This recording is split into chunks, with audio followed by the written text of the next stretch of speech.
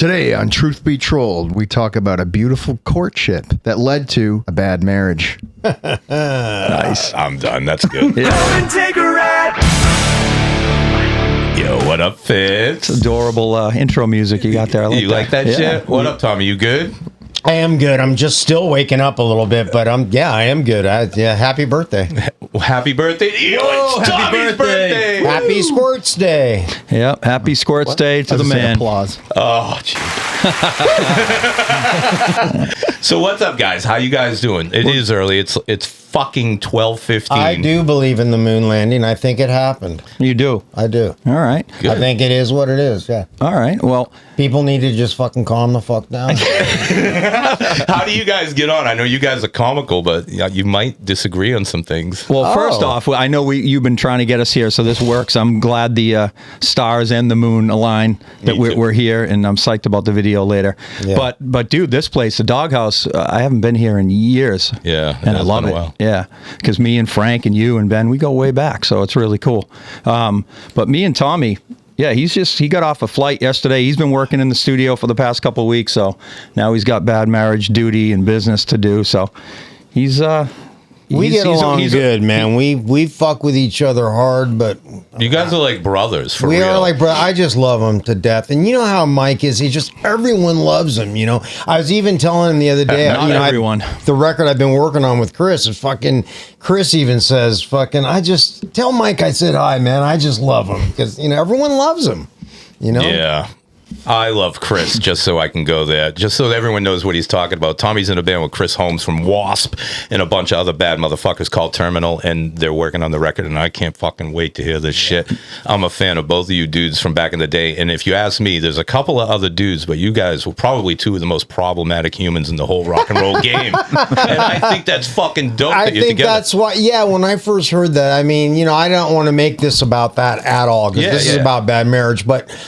Yeah, I thought it was a great fit, and just we're having fun. Hey, is Holmes any good on the guitar? Yeah, he seems like it. He's fucking. He's kind of like me, man, an enigma. Just does his thing, and that's kind of how I am. And I'm not. I don't know what the fuck I'm doing. And I don't think he does either. I don't think Fitz does either. And I know I don't.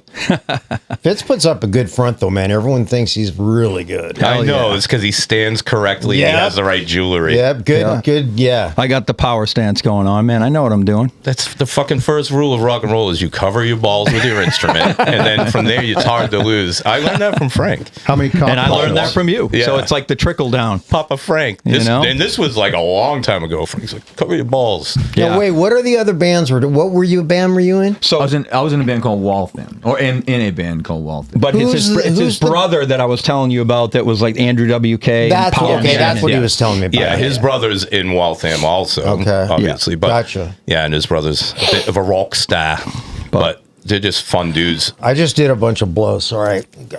Yeah, everybody knows that about you. He wishes those days are over for Tommy. Fortunately for me. Yeah, but listen, he's in fucking New England right now, and it is literally 11 degrees out. This place sucks. And I have to imagine it fucks with a guy, personally. Totally, it must with you, right? It does, man. And you know what? I've been in the snow for the last 2 weeks, and it's crazy, man. And coming here and seeing Mike's where we rehearse and where we work out of, how it was with a little path fucking shoveled out to go here. I was like, whoa, I had never seen that there. And like we legit got but we got 2 feet. Like no joke, 2 feet. And you still probably have 18 inches. Oh, it ain't going. It ain't going anywhere for a while. So it's freezing. He's a Sacramento boy, so it's like, trip, it's a trip. But right before I knew you, we recorded out that way, and I'd never been to Sacramento, and it was like desert. It was like it was like $1.20 every day, and that's just not how I like to roll. And he loves it. So it's like a polar opposite extreme to come here and hang out in Massachusetts. You know what? I love it here, though. There's so much history in it. I love it, and I love being with the guys. So it's awesome being here. It's awesome. I love it. Just driving out here was just great. Just seeing all the history. It was fantastic. I love it. I don't know. I don't know. You guys live here, man. Come on, you live here. To me, it's fantastic. Because he sees all the colonial houses. I see 1710. This was built. I'm just like, what the fuck? That's been sitting there that long, and you just drive by it over and over and over. It's everywhere. You stop caring, and you just But they're tearing that shit down and building up new stuff quick. Hope not. Yeah, I hope not, man, because this shit's fucking cool, man. I like it. So you guys are signed by the legendary Ron Keel. Yeah. And your first Keel record is coming out. When is it? Like in a week or two? I think it's going to be very early in March, but we will release the video earlier than that. You know, I don't want to say a date and then it not happen, but there's a plan in place, which you know. And so yeah, first single off of that, and with the video will be out very soon, a couple weeks, I think. Called? Well, the brand new record is called Match Made in Hell. That's what we're rocking the video for today, and it's going to be badass. It is badass. Record's badass, man. The record is bad. What we're doing today, though, is we've rented a church, a beautiful church. Yeah. And I think that they're thinking we're going to, make a Lifetime short film in there. They don't know that we're going fucking Phil Retard in there today, rock and roll style. They're going to find out if they're looking through the cameras. But this is going to look sick. Gallons of blood. You know, I was wondering about that. Match Made in Hell, we're at a church. I'm just wondering what the people there know about what's going to happen. They know nothing. They and know how nothing. much I'm into Satan and all that shit. You know, I don't know. It is what it is, bro. Like, Yeah. But they have to invite you in. And once Praise they invite Jesus and Satan. Yeah, once they invite you in, like Jim said, you're in. Like so. Yeah. I'm in. Wear your fucking garlic necklace, you'll be fine. I'm excited. No, we're gonna crush it today. So let's talk about some of this shit. Like, why would anyone even want to buy your record? Let's talk about what is Match Made in Hell? All right, go for it. You want me to go for it? Yeah, I'll say some things. I got some ideas. Well, we're a rock and roll band, number one, and adding this guy to our band has just totally elevated us. You know, Bad Marriage was a thing for a long time. Until A good thing. No, Rocking. I mean, yeah, I mean, That's why I wanted to come. Right, I was just going to say that. Yeah, he saw us on the Monsters of Rock cruise perform, and you've said this in many interviews that you were like, "Wow, dude!" Like watching us, being like, "They're rad." Like I would like to be a part of that, That's when I first saw them on the boat. I was thinking, just never even knew this was going to happen or anything, and just thought to myself, man, I'd love to play in a band like that. They're just fucking raunchy rock and roll, And Johnny now I'm strutting here around doing like it. a peacock. And John, I love Peacocking man. around. Now I can't. Johnny, now that I know him, it's a different story. But no, he was great. He was like he had mystique. He was wearing this hat with the eye on it. I was like, I was enthralled by him. I loved him. He is an alien. He was so weird, and I liked his vocal too, man. I liked the whole thing. Yeah. So, and then it's just such a crazy story. Obviously. Before I knew Tommy or anyone knew Tommy, Bad Marriage has a huge relationship with the band Tesla. Obviously, Tommy's old band. So we had been touring a lot with them. Don't gloss over that, really. That's kind of a wild thing to gloss over, but obviously Tommy's been around the block. Hell yeah. Tommy was in Tesla. But what I'm saying is like, oh no, yeah, I know. Yeah, but check out what he's saying. But like the craziest thing is like we built this huge relationship with Tesla. We were on the road with them. I became buddies with Brian, like very close with Brian. All of this, by the way, with Tommy not involved. Yeah, that's not even knowing me. Yeah. So then we were on the boat together on the Monsters of Rock cruise. We met. He's in a different band at the time. We're in Bad Marriage. I'm like, you know what? After all these years of kind of thinking I know Tesla, I haven't met him, and he's one of the fucking main parts of that band, right? So I'm like, I'm fucking going up to him, and I just walked up to him. He was sitting at the bar, and I just plopped my beer down next to him. Like you always do. Like I always do. Yeah. And I'm like, dude, and we shot the shit and broke bread and just started talking about Marshalls and Gibson Les Pauls and all the shit guitar players nerd out over. And long story short, we totally just became friends. Yeah, really, that's is what I'm all saying. it was. Just Yep. And then I posted a riff on Facebook one day. Just this new song idea of mine. Just check it out. And he hit me up and was like, "Dude, like that's badass." I always wonder why a fucking dude will do that. Like express his ego in a loose riff out to the universe. Yeah, because now I fucking know. Yeah, he does that all the time. I know. Number one, I'm a bad person. And you're ego-driven. Ego-driven. Yeah, there we bad go. person. So why not just flaunt my riffs on Do it. Facebook? Yeah. Yeah. So I wrangled this guy out of it. So something good came out of it. And he hit me up, and I'm like, yeah, dude, that's just it's the foundation of a song. Let's do it. And the thing is right at that time, the other band I was in was just completely falling apart, and and we were friends, full friends by then. We talk on the phone a lot. And, you know, Fitz has a way of just drawing people in. Everyone loves him. And so we were fast friends and we're talking and stuff. And as that was happening, the band falling apart, he was at the same time. That's when I moved in. Why don't you come over and fucking just check us out and let's just have some fun? So that's what I did. I flew up and here we are. And by the way, they had another guitar player at the time, so they were like forcing Tommy in here. Yeah. And without trying, I'm not saying this is why, but that was forcing someone else out, you know? Well, the thing is we had a tour lined up already before when I was just kind of, you know, messing with the idea of having Tommy, and we were going as Bad Marriage, the original 5-piece, and it was with Enough's Enough and the London Choir Boys, and it was a brutal tour. It was in July. 22 shows in 1 month. I mean, think about in a van. You know, we don't have no tour bus or anything. Couple of nights off. That was it. And it was just a lot of driving in brutal heat. It was you jumped in for that one? Yeah. So that's when I asked him. I'm like, this motherfucker ain't joining. He's going, no money. No money. We're gonna be, dude. There's no AC. Let's rock. Yeah. And he's like, dude, I'm in. And I'm like, wow. I go, well, number one, that's cool. Whether it ends up being cool. Right. You know, at the end of the tour, whether we're like, fuck Tommy, or Tommy's like, fuck these guys, and he's still here now. So it's pretty cool. Well, it better raise the bass line. That could have gone one way or the other. And to answer your question, I mean, about the album, the record, it is fucking rad. I mean, if you know anything about Bad Marriage, the way it was, really rocking like we talked about, but now with my sauce on there, it's badass, man. The solos and shit, I really enjoy. I played solos almost on every song on this record. He's and they're squirting just on everything. Everything, and you can hear it, and you can really hear it. And I'm just doing me, you know, over it. So it was very enjoyable, and I like how it came out. I really do. I'm real proud of it. Every time I thought the mix was good enough, you know what I mean? You know, as me being the mixing guy. He would, Mike, do you think, you know, you can just turn my solos up a little more? And I'd do it.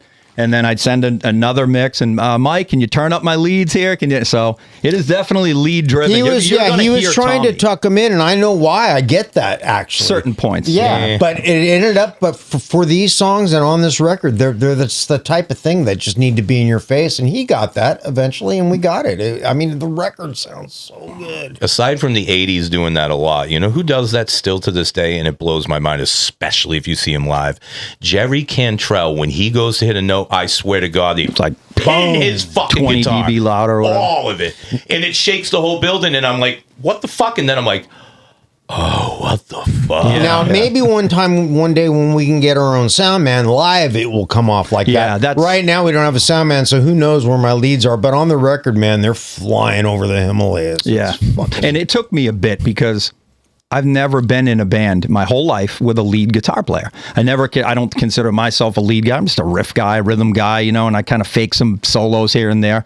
But a lot of my songs growing up didn't have solos in them. It just wasn't what we were doing, and whether it was a confidence thing for me, a skill thing, I don't know. So to have him jump in the band and do all of this crazy stuff was actually tough for me to mix because I wasn't used to it. I'm like, where should this even go? Where do I put it? And, it's a lead vocal in my mind. Yeah, totally. It is. And that's what he came to understand. But it's just a lot more for me to process when we're mixing, you know. But I think I got it now. And the thing is I'm not a traditional guitar player. I mean, I don't know what I'm doing. I have my own little thing and style. You know, so it was different. You know, I think it was different. It's not when someone thinks of like the leads that are on this song, it's not like what you would imagine. It's because I just got a different style, and I'm proud of that. How do the leads work? Like, is there any parts where the lead is with the vocal, and does that conflict? Or I think there must be some, because I do that stuff all the time. I love that kind of stuff. The only strange thing about this record is before he was in the band, it was probably 60% done. Like without Tommy wasn't in the band, and we were trying to get a new record out. So that being said, we had probably 6 or 7 songs that I thought were almost done. And then he joins the band. I'm like, well, we got to go back into this. Let Tommy do his thing over all of it. So that's going to change everything. Changed the dynamic of it. And we wrote 4 or 5 new ones with him in the band. So it's definitely there's some it's different. Like not, it's I wouldn't say it's the most cohesive album. You know what I mean? Like we didn't write it like in a month. See, together. I would kind of disagree with that. I would as too, far as actually. cohesive, I think it's very cohesive. It literally sounds like a record to me. Anyways, well, that's good. That's good. Because I don't necessarily feel that way because a lot of the songs were written even like I get why he's saying that because it was disjointed that way, but he on the record, glued it together. It's pretty together, man. Yeah, I dig it. well, he's one of his heroes is Jimmy Page, and he's trying to be that guy that's got his hand. Me? Yes, you want to be the producer. You want to be the mixer. He is. Yeah, no, this is literally his path and why he wants to do it. But but it's because of you. But I blame you. Well, thank you. But what I'm saying is like he's the only one that's going to hear the things that are like. Because he's the only one that's literally sleeping, like, oh, the hi-hat, oh, the snare, oh, doesn't matter what it is. He's the only one going, fuck. But he brought up a good point today that I never really thought about until he just said it today. Is just how for him it was real hard to fucking trying to figure out how it should go after I started playing leads, and I did have to, he would be real tame about it, and I had to say, dude, that's going to end up having to be a lot louder. We're going to have to, and it took me a while to get him on that page, Well, you made records with bad motherfuckers back in the day, and they must have taught you a thing or two. Like they did, but at the same time, I'm the kind of guy that it's hard to say. I'm not a kind of guy like Brian that soaks up everyone else's stuff and wants to learn all that stuff. I just wanted to be my own thing, so I never really tried to do what other people are doing. Or really, I did learn a lot, of course. But I just got a different thing going on. It's the best way I can put it for my guitar playing. Yeah, totally. Take the good and the bad. I'm doing me. Yeah. No, that's the fucking best. It is. But is what Jim's saying too is you were in some kick-ass studios with some producers and song. I mean, dude, yeah. Absolutely. No, and I did learn a lot from that stuff. And absolutely, yeah. Oh, yeah. That's a little intimidating for me knowing, like, dude, listening to the Tesla records going, dude, and the songs, not just the way they sonically sound, but... Well, then that's why I always wonder, like, what the fuck? Why do you treat me the way you treat me? I was wondering the same thing. Again, why does he treat me like just a fucking simpleton? Because I'm a bad person. You are a bad person. That's why. Who happens to be ego-driven. Ego-driven, yep. Pretty bad. It's bad. It's brutal, but I still love him. And again, I learned from Jim. Oh, fuck off with that. I learned from Jim. So all of the good traits about me, I learned from Frank. Mr. Frank Pino, right here, sitting right here. Let's talk about that for a second. Literally, I've known. When did we meet? In like early, like 2001 or 2, or even 2000, right in that. And I mean, we jammed next to each other. Yep. I like the joke, and I'm happy that you did it, but he took over my band. Bad Marriage is just my old band with Fitz on. And, hell yeah. Good for you, you crazy son of a bitch, taking custody of Johnny, you fucking lunatic. Someone's got to do it, dude. But we've all been in the same incestual little pool of rock and roll, even playing like literally next to each other forever. Like, we're getting old, dude. This is a long time. Yeah. That's cool, though. Yeah, Tommy, we had this old World War I or II munitions. I think it was 2. I think it was 2. Yeah. Yeah. So there's this huge building, kind of a mill that New Jack City. Yeah. No so laws. they basically rented the basement to all the local degenerate band guys. And you go, that's cool. Yeah. So love it. Yeah. Everyone was in there, and it was just a underground. There's a place like that in every city in the USA. Yep. I can tell you that for sure. I was hoping we were the only one. Nope. And every one of those buildings has a little degenerate Mike Fitzmaurice ready to come out and shed his skin and be a rock star. Yep. That's correct. You guys are rock and roll chud. Yeah. Well, that's funny because there's no getting away from like chemicals and other shit being in that building. Like that was a bad place. Yeah. And how many times I slept in there because I didn't want to drive home, and just asbestos and everything in there, rat shit, and God knows, man. But and anyway, humans. Yeah. Human feces everywhere. But anyway, Frank, Jesus, me, you, that's been a long where, time. Yeah. It's been over 20 years. That's for shit sure. Sleeping in an environment like that for as long as you have is why you never needed a COVID booster. Yeah, seriously, dude. I know. Who knows? I'm immune to it all. You are a COVID booster.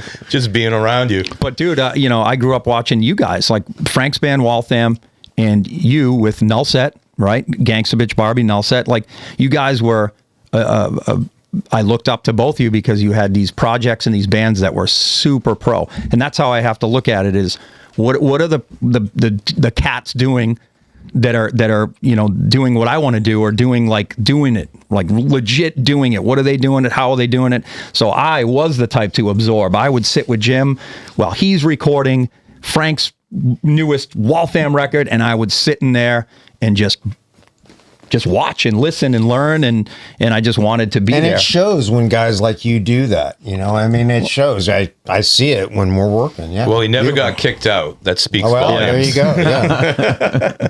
No, to Fitz's credit, he's immensely talented, and he has mixed and basically produced. I'll say I had some production, some ideas and stuff, and he's open to that. But he basically produced and engineered and mixed the whole thing himself. You know. Really quite talented little boy. Well, Fitzy, what I like is that you started and you didn't stop. There's so many people that were other people that were sitting in the studio on the couch watching us work or what have you, and they get to a point and then they stop. Of course, you know, and I always knew that you were always taking stuff in. You're always absorbing. And for you to just take that and then apply it, I mean, dude, it's just staying consistent and just going until the point now, mixing your records, doing the thing you were doing. At one point, you weren't doing that, and now you are. Right. Versus other people who are just like, it's quite too much good. work. Quite good. For sure. It's Quite interesting. good. He literally might be the only one still going. Dude. And there's nothing wrong with all of my friends that don't do it anymore. They all have kids. They have the dog. They have the fence. You know what I mean? They have the American dream or whatever they want. And I'm probably the moron that didn't do that. You know what I mean? It's just it depends how you look at it. Well, you got a basement full of rock and roll guitars you can't even walk through. So it's not like it's getting worse, and we're working on cleaning that shit out. I'm buying half of it. So. He's got more guitars than me now, in my own basement, and it's brutal. It's ridiculous. It's brutal. I like it. It's quite wonderful, though. Actually, at the same time. But thank God, my wife gave. You know, when we were buying that house, I'm like, dude, I need. Because we were jamming in Boston before you, and it was costing us like $600 a month, and then you got to share with another band that you don't know if you want to cut it and cut the price down, and it was a far drive for us, and so long story short, we found a house, and I'm like, we need to find a basement that I can have my studio and that we can jam to save some money and stuff. So it works out, but Frank, yeah, I mean, I appreciate what you're saying. But I sometimes think all my buddies, I'm literally, like you said, Jim, the only one that's still doing it. Of course, there's probably a few. A couple cover band dudes or whatever, yeah. Right. Yeah. Well, guess what? You get the prize because you didn't quit. Yeah. That's the way it goes, period. Yeah. Win Happy stupid prizes. Sports Day. Win stupid prizes. What song are you feeling? What's like? Why is it Match Made in Hell just because it's the title track? I think so. Speaking of Ron Keel, he's cool because we just signed a 1 record thing for him to kind of see how it goes, and he's cool. We have a great deal, and I don't think either of us can lose technically if nothing really great happens out of the whole thing. But we're positive about it. He's got a lot of connections and ideas for us, and he just thinks because it's the title track, let's do that song. And we love the song. I mean, we it's a cool song. It's catchy. I think people are going to like it. And Great I think, song. yeah. And again, that was a song that was already written before Tommy, and then he came in and did all these crazy leads, and it kind of totally revamped the song. And I think Tommy added like a punk vibe to a bunch of it. I think there's some of that. There's a metal punk thing about I think you're pretty much everything got a little wilder, like that rock and roll motherfucker song you have, like that. That seems like it's coming out of you. Totally. It is a lot of it. I mean, that's a funny story. That song, it was on a solo record I had. Not a great record. I made some solo records, kind of punk records, and Mike heard it. Maybe the food. Mike heard it and was like, actually, his wife said, "Listen to this. It's a song." Should I stop? No, please. His wife said it was a song off his record and goes, "Listen to this." And Mike heard it and really liked it and told me about it. I go, "Yeah, I love that song, but it just wasn't great on the record." So we redid it. And that song, I think people are going to connect with that song because it's a real novelty. And I think it's going to be good. Yeah, he's talking about Rock and Roll Mofo. It's another song coming out in our album, and he I was just going. My wife was actually listening to his solo stuff. On like a drive when she was traveling or something. This is cool. Yeah, and she texted it to me like, dude, you got to listen to this song. Like, you guys should redo it or whatever. She just said, listen to it. And I'm like, whoa, Bad Marriage can make that one. And if Tommy wants it. And he was kind of like, really? You want to do my old, crap or whatever? I'm like, no, dude, this. We made it better. Yeah. We made it better, and I'm digging it, man. Yeah. To me, one of the great records is Slave to the Grind by Skid Row, and they have a song called Get the Fuck Out. And to me, that's like your Get the Fuck Out or something. Kind of, yeah. It's got that I vibe. just think it's a novelty that people will kind of connect. Not that it's like a hit or it's not even radio anymore or whatever, but I just think it's going to be good for us. I want to try and push it, and we're really going to try and just go everywhere we can this year and just play as much as we can and promote this record and just see what happens. Really bring it. Yeah. Yeah, we got some cool tour, opportunities coming up, which, until it's, etched in stone. Yeah, don't even say. Yeah, no, but I'm saying like it's looking good that we'll be at least busy. Yeah. You know what I mean? The worst thing me and him were fearing was like putting the record out and like nothing playing happening. A few shows here and few. We need to get out and promote it and play. And just now, we're starting to see that we can see the future of this year is looking pretty good as far as touring. It looks like we're going to have some good opportunities to get in front of some people. Yeah, I agree, and I've seen you personally come across my feed like completely separate from the band because of what's going on with Terminal and just some other random stuff like some interviews or whatever you're doing, but. I think that's really good for the band. Yeah. I think that's good for you guys this year. But you guys going to be taking your bus out, or are you going to get perhaps a comfier one? We're gonna rock ours until. I think we're taking the shuttle, man. Yeah, these guys literally have like it's like a fucking hippie commune inside this fucking man. Yeah, so Frank, it's a shuttle bus. So it was one of those that like I'm not joking. We would pull up to a Walmart to do our stops, and people would try and get on. Yeah, because they thought it was the bus shuttle. To come pick them up. It has the LED sign up front that still says Mount Washington. Like go to get your luggage shuttle, kind of like that. Yeah. Yep. So it has like in the back where we store the gear would have been the wheelchair lift. Okay. All right. So the gear's there. When we bought it, someone they had plans to make it like a mini home thing and travel. So they gutted the whole thing. So the wheelchair lift was already taken out, thank God, because the thing's like super heavy. But it was totally gutted, and we kind of, our buddy Jerry, like, kind of overhauled it for us. He put some couches and shit in there, so we're going to rock it. It's quite comfortable for just a thrown-together thing, and, of course, I've been on the nicest tour buses in the world, and I enjoy it. It's kind of fun. Yeah, it's one thing I got to say about him. He is as rock and roll as it gets. Yeah, he's going roots. But it just doesn't. He complains obviously to me about shit, but ultimately he wouldn't be here if he didn't just like to play guitar and be in a band. So yeah, you guys aren't exhibiting a lot of it, but you guys are a fucking comedy duo in person. You guys are literally a couple clowns to each other, especially. And it's fucking funny. You don't always find that shit. See, I already knew he was going to do it, so I had my block. Yeah, no can defend. Yeah, we're being pretty calm right now. We're behaving. Well, you have a lot coming up on your plate, but today's going to be a busy day too, so I am trying to save some of my energy. Probably not fucking with Mike as much as I used. Dude, the ride here was unbelievably brutal coming from it. I was fucking with him you missed a lot of it today. I've already kind of unleashed. Just pummeled.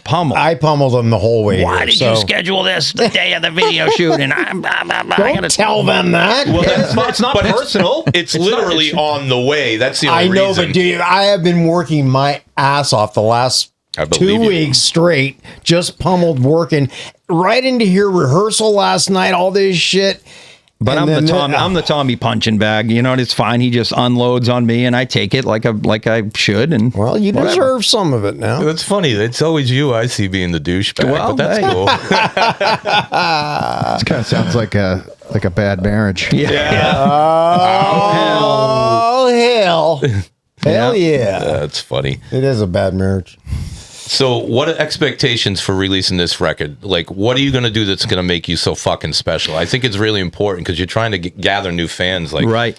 Well, I think we just, talked about it a little bit. We got to be out there. That's number one. We can't just post it. And then we all know, all of us that have been in bands, you put a single out, 2 days later, No one gives nobody a fuck. cares. Nobody cares, and that's a tough thing to swallow. And that's I don't know why anyone would really want to be in an original rock band or metal band, and you know what I mean, unless It's you difficult. love it. Yep. Unless you love it. It's the only reason. Once you The only swallow reason. all that, there's nobody. You know, I know a lot of people say this to me, and they've probably said it to Frank and you, Jim.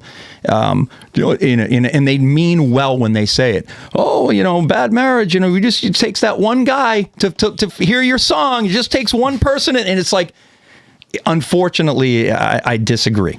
And I just think you got to do it yourself, and you got to keep going and playing and just making as many fans as you can and building an army.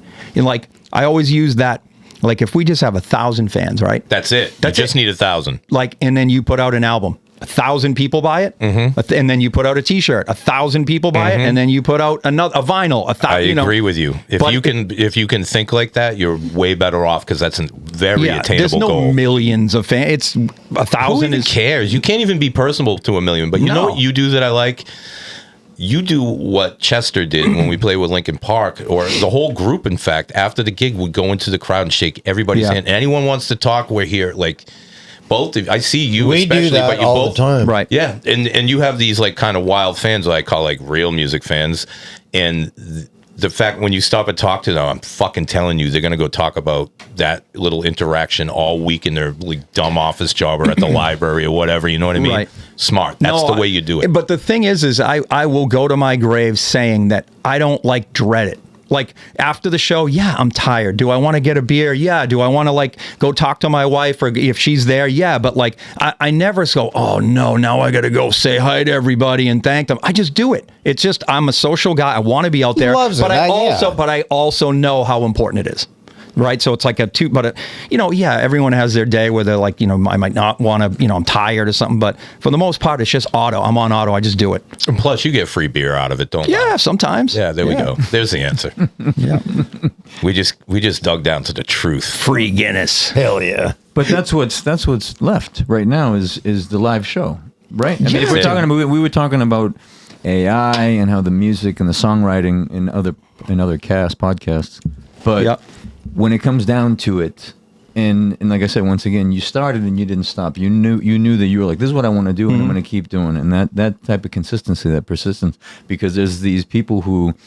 And I mean this all due respect. It's like it's this balance between talent and nerve, you know. And I've said it before. It's like, yo, there's a lot of people who have a lot of talent, but they got no nerve, so they don't do it. And then you got people who got, you know what I mean, all the nerve and got no talent, Right. but for some reason, those ones are the ones that get to continue. They go. So you've been able to balance. Is that what you're out. saying, Mike is? No.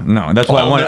That's why I prefaced. No. That's why I prefaced it with the balance between nerve Yeah, and of talent. course. Has got to be there, and then putting that in front of people, having to be out in front of people. What has it been like out there right now? Because for so many years it's been hip hop and pop and, you know, and electronic music, but then rock took a little bit of a dip. That's a great question. But we were 'cause watching rock's popping again. Yeah, because we just Youngblood, right? He just got up on stage and he accepted. He's like, "Yo, Pop, you know, we're coming after Yeah. you," you know, that kind of comment. Me and Tom were just talking about this on the way here. So my son is going to School of Rock. He's advanced rock band in school. They offer that now. Awesome. When it wasn't before, they offer it now. Yeah. Really? And he had to try out In school, there's a rock band? Yeah, advanced rock band. So it's like the honor. That's system. amazing. Yeah. It's pretty wild That's stuff, cool. you know. So knowing that, and they're playing rock music in the School of Rock. Yeah. Hence the name. They're That's also amazing. playing rock Yeah. music. So for everyone, Waltham, the city, is a very sports city. As Mm-hmm. you know, very very and you know, go Hawks all the way. Right. But when we were coming up, there was these clusters of musicians, these kids. We were part of that, Right. and everybody starts off with their first guitars, their first amps, their first drum sets, and the talent show and the gong show, whatever you play. And then little by little, you know, you started noticing who was going to take it further than the next. And now, looking at how many of these schools and how many kids that are not playing sports do have an outlet, and it's curriculum. So they're like, yo, this is the rehearsal space. This is what it looks like. It's not glamorous. No offense to Right. School of Rock. Right. But it looks like a rehearsal Yeah, space, which is with the good. gear, just how we do it. Rock and roll. Yeah. So now, you guys being out on the road, what are you seeing for the youth? What is the youth? You know what I mean? Like, you seeing them? Are you seeing them? Oh, dude, we do. Yeah. But Okay. it's always the parents that bring them. And I'm like, and I always say something to those parents. Yeah. I'm like, dude, you brought this person up. You brought these, your daughter or your son up. Right. They'll have their bad marriage or Kiss or, whatever. Zeppelin. I've seen that quite a bit with this band. Parents bringing their kids out, actually. Yep. And, some young people right up there in front of the stage, like really into it. So there is hope. Good. That's the thing. And That's, yeah. Yeah. And you're right, though. There's only live show left. That's how you started that? Yeah, no, I did. I started with that because I know that you can get away with songwriting if you use AI or whatever. You can be in a bedroom and be satisfied with just all of the instruments. You could sample, replace, blah, blah, blah, everything. But when it's time to get out there, there is the hologram thing would never catch. It's not. I don't want to go up there and see. Right. Tell you what, you can't do what we're doing with that shit. I mean, you cannot do it. It's got to be a human connection. But it's all what your goals are. Some people that just want to write and put out albums on their own in their bedroom or in their stick. Cool. Fine. It just depends it's what a case by case. Yeah. And we just want to rock out to the masses and real. Yeah. It's just, real. It's real.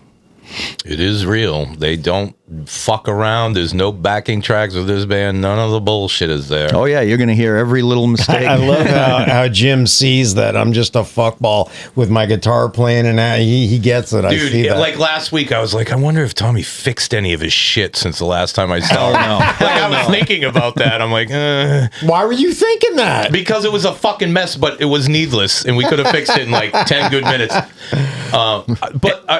Literally, are you guys seeing like a change in rock and roll? Because in my opinion, and I kind of felt this is where you're going, in the last 10 years or whatever, rock is just shit, and you can't really go find a good rock band. But in the last like year especially, I'm finding some good rock bands, and they're all coming out with big shows. Like they're bringing video screens, they're doing the tracks, but they're bringing light shows, and all of these things are starting to change for the first time in fucking forever. Good. Are you seeing this stuff? I mean, yeah, I think so, but you have to kind of be looking for it. You know what I mean? It's still not. Well, you're in the clubs. I'm just. I'm kind of wondering, are the bands getting better? Everyone's doing their own thing. Everyone's kind of just doing everything on their own, kind of like we're doing. I mean, we got a label now, but yeah. Well, I'm seeing it, yeah. Yeah, so things are starting to climb, and I don't know if that's really what you're getting at, but the rock and roll is kind of back. I just think that if we're talking, not even so much of a cyclical thing. I'm just saying that I see, all of these schools that didn't exist before, right?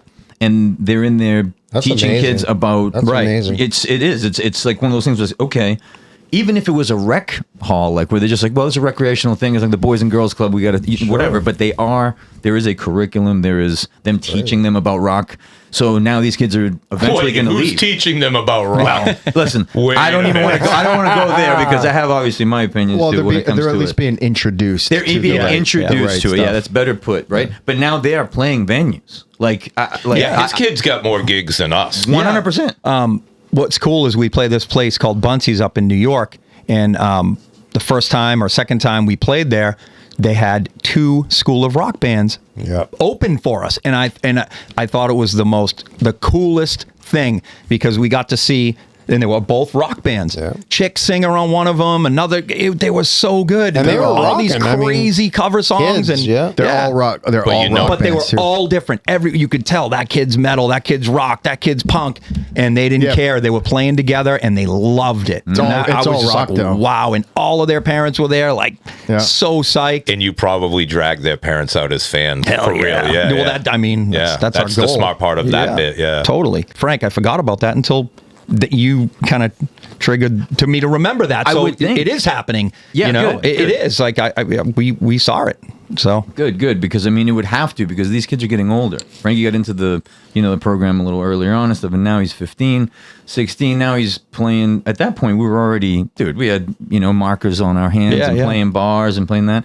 But they're playing these venues. These venues are receiving these bands, and they're all up there. And I'm like, whoa! If there's that many, that's a whole wave, right, of people that were born at a certain time that went to School of Rock or what have you, and now are going to be out of the nest, out into the club scene. You said this last week on the pod, actually. Times are tough right now. By rights, shouldn't the music be better?